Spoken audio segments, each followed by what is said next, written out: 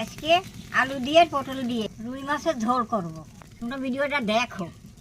মাছ ভেজে নিছি, এখন আলু আর পটলগুলো ভেজে নিই। লবণ দিয়ে দেই, হলুদ দিয়ে দেই, কাঁচা লঙ্কা দিয়ে দেই।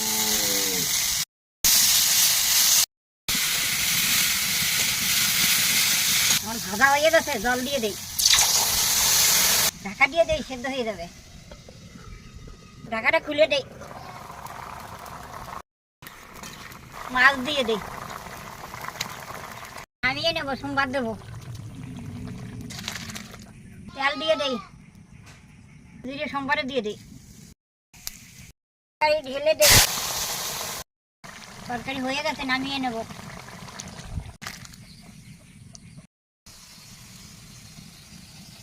আমার তরকারি রান্না হয়ে গেছে, ভালো লাগলে লাইক কমেন্ট করে দেবা।